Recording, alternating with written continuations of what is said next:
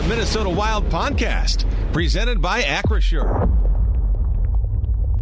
It's Wild Weekly on the Fan. Pass it from Kaprizov, shoots and scores. Now here to talk about the Minnesota Wild and the NHL. From the Wild, Kevin Falness. And from the Fan, Brandon Mileski. Hey, good evening. Welcome to KFAN Wild Weekly. Brandon Mileski along with Kevin Falness from the Wild Radio Network. Kevin, two reasons I love the NHL Face-Off.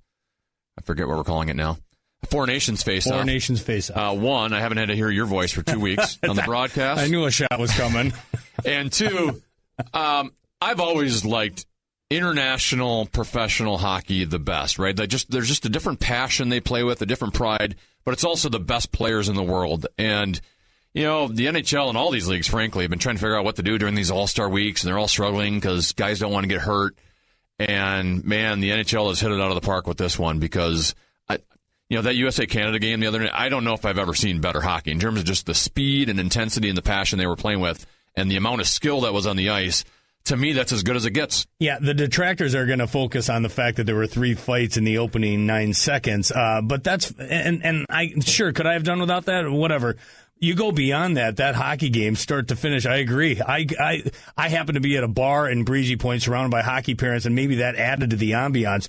But I thoroughly enjoyed every second of that hockey game, start to finish. It was fantastic theater, incredible drama, and the hockey was out of this world. No one was immune from getting blasted into the boards. McDavid, Crosby, Doughty, they were all lambasted throughout the course of that hockey game. And that just shows the passion that these guys have. Once they put those uniforms on, it's hard to control them. It was Game 7 Stanley Cup Finals type of intensity. Yeah, can you imagine saying that going into it? Like, no. It's going to have that type of passion? No way we thought that would be the case. But it was that. It was every bit of that. And to hear some of these guys talk about this was the best hockey game of my life, who've won Stanley Cups, who've won national titles, and they say this is on top of their list of things that they've done.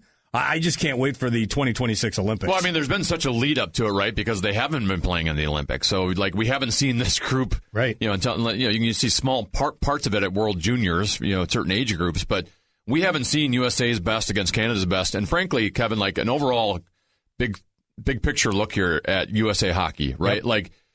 We have been chasing Canada hockey for a long time, even Russian hockey to a certain extent. And I guess maybe tomorrow night Canada might put the nail in the coffin in this take, but USA hockey has arrived where they are on par with Canada, might even be better. I mean, the USA has won the last couple of World Juniors. Canada's not dominating the World Juniors like they once did. USA hockey has arrived, and they are right there as either the best country in the world in terms of hockey, or they're knocking on the door of it. Without a doubt. I mean, look at the World Juniors and what has been the last couple of years, and those are the young guys that are going to be the foundation of this program going forward. But the guys that are here in the now, and this is no disrespect to any of the guys that put on that USA uniform in the past, because there's been some pretty good players. But when you look at the collection that they've put together and that Bill Guerin has been able to assemble for this, and then what he's going to do in 2026 for the Olympics, it speaks volumes of what they've done for USA hockey. It's been great top to bottom, and it's showing here on the biggest stage. How about the Wild players specifically, since this is KFAN Wild Weekly, right? We've seen Gustafsson and Brodin and Joel Eriksson Ek for Sweden, for USA. I haven't seen every Sweden game, but I've seen all the USA games with Faber and Boldy. I mean, Boldy specifically. Yeah. In that game against Sweden, I know they had, Matthew Tkachuk was out of the game, and Austin Matthews was out, and Brady Tkachuk ended up being held out. So they didn't have your top guys, but as that game progressed, they were double shifting Matt Boldy a lot in that game and moving him up with the top guys and moving him on line with Eichel as that game progressed.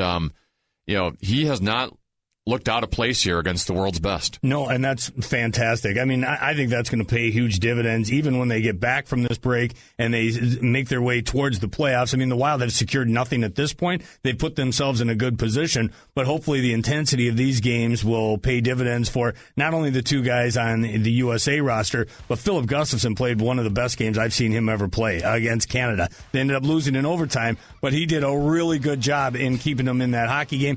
Brodin and Joel Eriksson Ek was his typical pain in the butt self throughout this tournament as well. It's been great, fun theater. What are you expecting over the final 26 games for Minnesota Wild? I want to see them get healthy, especially to number 97. They got to get things figured out on home ice. They are .500, and that is not acceptable at Xcel Energy Center. They got a lot of home games coming up in March, so get that thing figured out, and let's go for a ride. It should be fun. He's Kevin Falness. I'm Brandon Mileski. We'll chat with Kevin Gorg from the FanDuel Sports Network. He'll be back to work next week. We'll talk with him about the Four Nations face-off and the final stretch here for the Minnesota Wild's regular season as they head towards the playoffs. We'll talk with KG, the K-Train, next right here on KFAN Wild Weekly. Boldy first to the corner. JT Miller returns it to him. Boldy works it out in front. Tried to feed the point and fanned on the pass. Held in by Faber at the right point. Long shot. Score! Team USA takes the lead. That time Faber, he did shoot the puck. Boldy the deflection. And Team USA on top. Yeah, a little Minnesota Wild connection against Finland in the Four Nations face-off. Matt Boldy with the goal.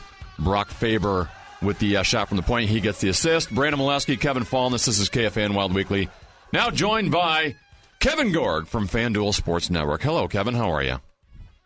Hello, boys. I'm doing great. Really, it's been a nice break. Ready to get back to it starting this weekend with the Wild season. But I love hearing that highlight because the Four Nations has been everything and more than we probably hoped it would be.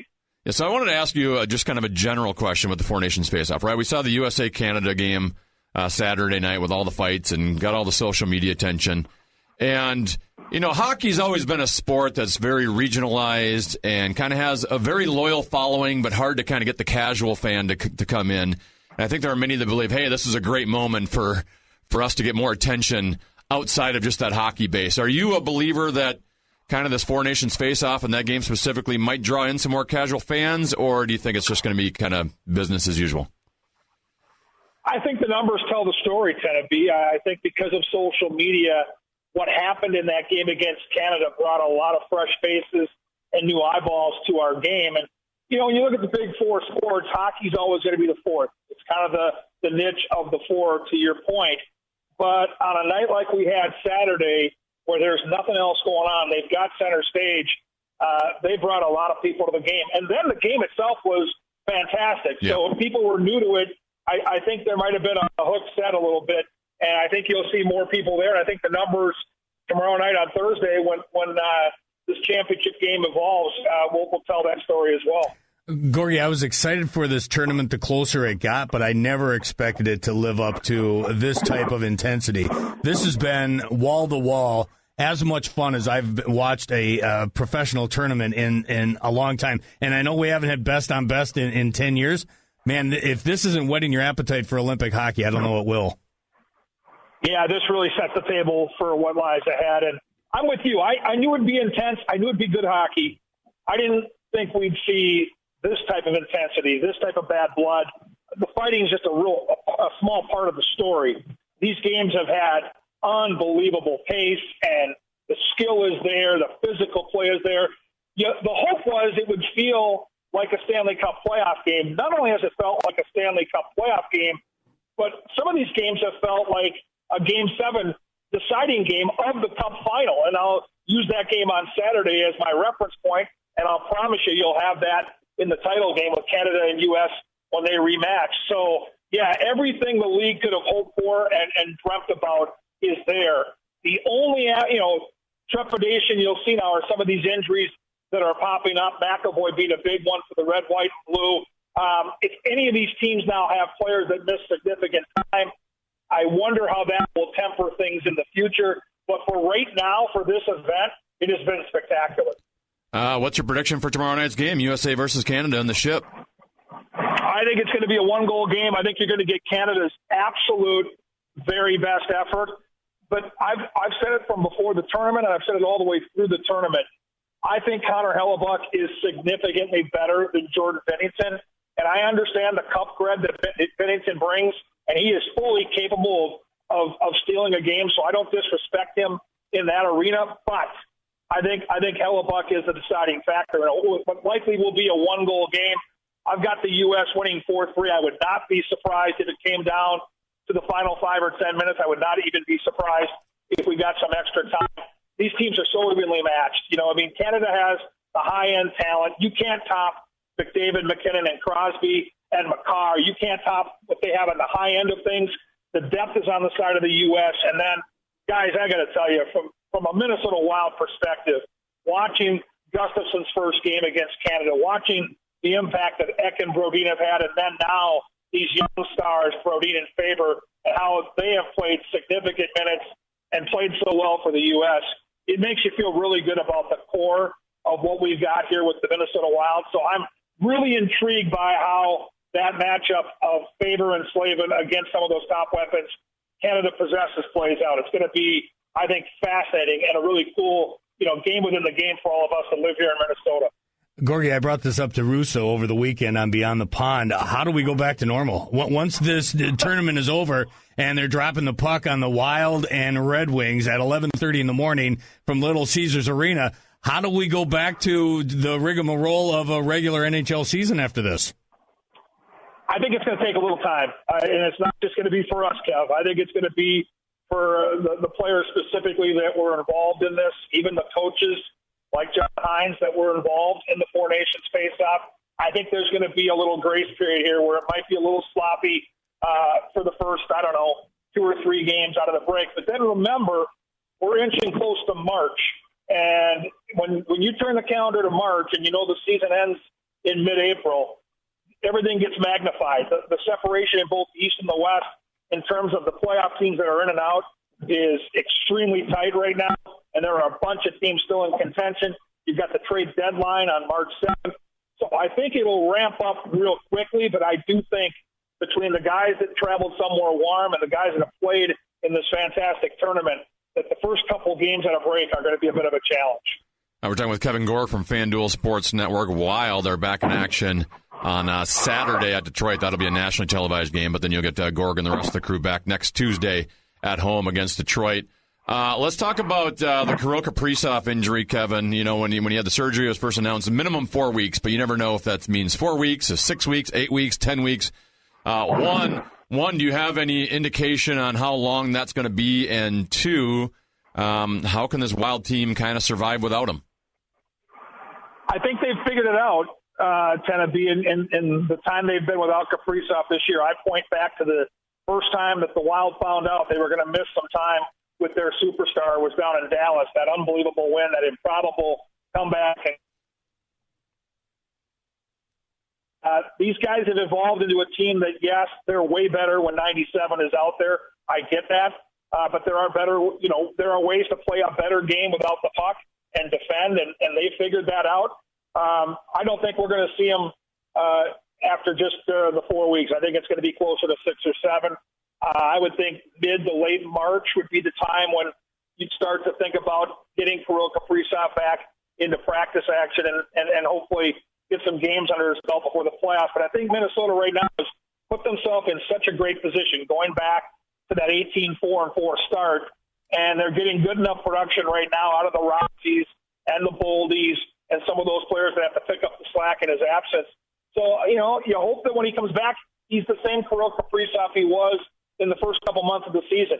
This last edition of Kirill, we all watched and said, this isn't our guy, and how much time is it going to take to get him back? Clearly, there was something wrong. He didn't have the juice. He didn't have that extra quick bonus half step that he has to separate. And, you don't want him to come back and be that guy, because that guy can't help this team the way that 97 at full strength can. So I give the Wild credit for doing the right thing here. And I think because of their position in the standings, it allowed them the freedom to do that. They earned that spot. But now you got to hope that when he comes back, he is fully healthy. And that, to me, all indications that we heard of around the rink before this break started was the surgery went well. Everything's going according to plan. There have been no setbacks. And, he'll be chomping at the bit to get back out there. I know one of your favorite topics, maybe your number one favorite topic, is goaltending. And for the Wild, of course, it comes down to Philip Gustafson and Marc-Andre Fleury. What have you thought about the goaltending tandem as the season winds its way into February? And what do you think Gustafson's going to take from the Four Nations tournament, that game against Canada in particular? High-pressure situation at the Bell Center, facing all those weapons. And I thought the Gus Bus really had the type of game that you would hope he would have. And it's unfortunate that he had the illness, that he couldn't finish out game number 2. But if you focus solely on what he did against Team Canada, that's going to give him a little wind beneath his sails here in the final 6 weeks of the season. And I think, this season to me, what has stood out the most in terms of goaltending is Gustafson's gotten back to the form we saw 2 years ago, not the guy we saw last year. Marc-Andre Fleury still has his fastball, guys. He still looks like a guy on top of his game. And I think, for a Hall of Fame guy like him, for a beloved figure in the game throughout North America, to go out on top of your game and maybe to give the team a chance to make a little run here in the postseason, that's the way it's supposed to end. And you look at what he's done this year in some tough spots, I'm super impressed with Marc-Andre Fleury. So they've got, I think, 2 goalies playing good hockey right now, and I think because of the Four Nations face-off and the busy schedule that the Wild have here right out of the break, you're going to see a little more of Marc-Andre Fleury early. And I think as the season progresses, they'll let Gustafsson get into that groove and be that number 1 guy as they get down to the stretch in those final few games in April. Kevin, we're 16 days away from the NHL trade deadline, given the Wild's spot in the standings. They're not going to be sellers. I don't know if they can be buyers, given their cap situation. But if there was an area on the team that you would like to see them try to address and improve, if they could possibly, where would that be? If Bill Guerin can be extremely creative and find a way to add something in terms of a top 6 forward, that would be on my wish list. I don't know that it's possible. And I think they're going to treat the return of Kirill Kaprizov as part of that jolt that all these teams get late in the year. I think it sucks that Mikael Granlund got picked up by Dallas. We've seen throughout this tournament in the Four Nations still what a great hockey player 64 is, and that's a sneaky good move by the Dallas Stars. We've all heard the rumors, and Brock Nelson continues to be the name that circulates, and I think this summer that is something that absolutely will likely happen, and he will become a member of the Minnesota Wild. I've gotten to know Brock over the years. He's a fantastic kid, and I think he'll be a great fit for the Minnesota Wild. I don't know how you pull that off, though, at the deadline and make the money match. Guerin would have to be extremely creative along the way. Billy G is unafraid to do things outside the box and make those type of moves, but he would be the type of guy, Tennessee, that could really give this team a jolt. He's in the last 3 seasons put up over 100 goals, and he just finds his way to that score sheet night in and night out. The fact that he's playing on this team for the red, white, and blue tells you just how good he is on a national stage. So that'd be the guy I would try to target. I don't know if it's possible. Getting Kaprizov back would be huge. I love the way the blue line is coming together. They're getting great production from their top 4 who are healthy again, and I just don't think you can sleep on the play of Bogosian and Merrill. They have been outstanding this year. And Johnny Merrill might have had a tough year last year, and I know he gets a lot of grief if you follow social media, specifically X or Twitter, but he's been damn good this year in his role. And that has been a big part of how the Wild's been able to weather all these different injuries, specifically the ones they had on the back end. I'm going to let you go on this note. I was on with Nordo earlier today, and I'm wondering if I entered that preposterous statement tournament by saying Sidney Crosby is a surefire member of the Mount Rushmore of the all-time NHLers. I'm leading the witness because I know your affinity for Sidney Crosby. Is that preposterous to say he's in the top 4 all-time? It's not preposterous at all, and you are preaching to the choir. I think it's aggressive because, you right away start with, Wayne Gretzky, the greatest player I ever watched with my own 2 eyes. You know that Gordie Howe and Bobby Orr are on that Mount Rushmore. And ironically, probably the next in line comes down to Crosby or Lemieux. Yeah. And, Lemieux had such an impact on his career. What I am fascinated by, guys, at age 37, knowing the punishment and the concussions this guy has been through, knowing that it's a young man's game, right? I am so impressed that he is still able to have the impact on these hockey games that he does. And that's a credit to, yes, his work ethic, which he's been compared to Kirill Kaprizov in being a bit of a rink rat, the passion he has for the game, and then the smarts that he brings to the table. He's one of the smartest hockey players that's ever played. And it shows in these big games because the guys around him are bigger, stronger, and faster. That cannot be denied. but he's still able to go out there and get it done. So I love that you made that statement, Falness. I love that you admitted that you can't wait to get on the couch and watch the game on TV, because everybody does that. They want to watch TV, not mute TV. That's where that's going. Crosby's also unselfish, ultimate team player, great leader as well. You forgot to add all that. Yeah, listen, my man crush on 87 goes way back, and lucky enough to have had the chance to interview him 2 or 3 times. Legitimately, guys, and again, done this for 2 decades. This is the superstar that when you get done doing the interview, shakes your hand, looks you in the eye, and thanks you. Yeah. And it's blown me away, the interaction I've had with Sidney Crosby, and he has been such a great ambassador for this game. So I'm all about the red, white, and blue on Thursday night. I am going to be all in on Boldy in favor. But if Canada happens to win that hockey game, it would not surprise me if Sidney Crosby has his fingerprints all over that, going back to that golden goal and all these big games that he's played and won in. He is such a great ambassador for our game. Thanks, KG. I can't wait to see you on my television screen next week. Falness, too. Can't wait to be there. See you, buddy. Thanks, Kevin. See you guys. Kevin Gorg from FanDuel Sports Network. Kevin Falness, you're back to work on Saturday. A little morning affair, 11:30 a.m. And not only that, we got Beyond the Pond leading into it. We'll have our Youth Hockey Hub report with Tony Scott. We've got Pat Micheletti joining, of course, and that'll go right into the 11:15 pregame. Puck drops just after 11:30. Yeah, Wild back in action at Detroit on Saturday at 11:30, right after Beyond the Pond, like Kevin Falness said. Thank you so much for listening to tonight. We appreciate it. We'll talk to you next week right here on KFAN Wild Weekly. For an extraordinary advantage in sports, you need a game plan. For an extraordinary advantage everywhere else, all you need is Acrisure. With a high-tech human approach to insurance, cybersecurity, and more, Acrisure helps you take care of what you care about. That makes winning easy. See what Acrisure's extraordinary advantage can do for you at Acrisure.com.